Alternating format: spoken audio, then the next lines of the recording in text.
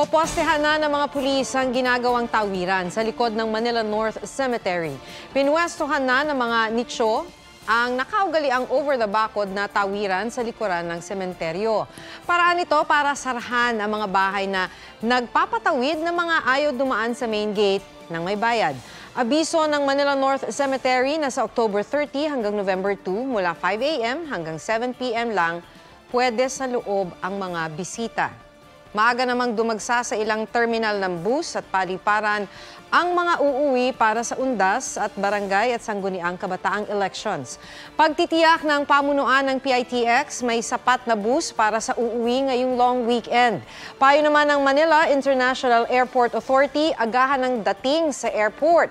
Samantala, habang papalapit ang undas, nagmahal na ang mga bulaklak sa Dangwa sa Maynila. Pasok naman at mas mura pa nga sa SRP ang presyo ng kandila sa inikutang supermarket ng DTI sa Maynila.